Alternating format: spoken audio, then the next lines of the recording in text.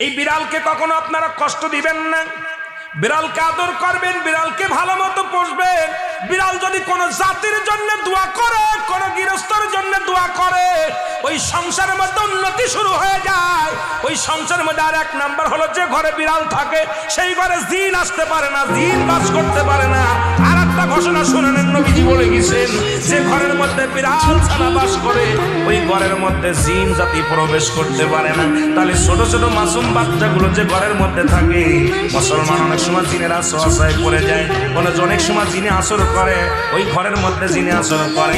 যে ঘরের মধ্যে বিড়ালকে আদর করে বিড়াল থাকে, ওই ঘরের মধ্যে বিলাই বিড়াল বিড়াল বিলাই বিলাই, এইটা যার ঘরের মধ্যে আছে, এই ঘরের মধ্যে দুষ্ট জিনের আসতে পারে না। জোরে জোরে চিল্লায়া বলা যাবে না মারহাবা।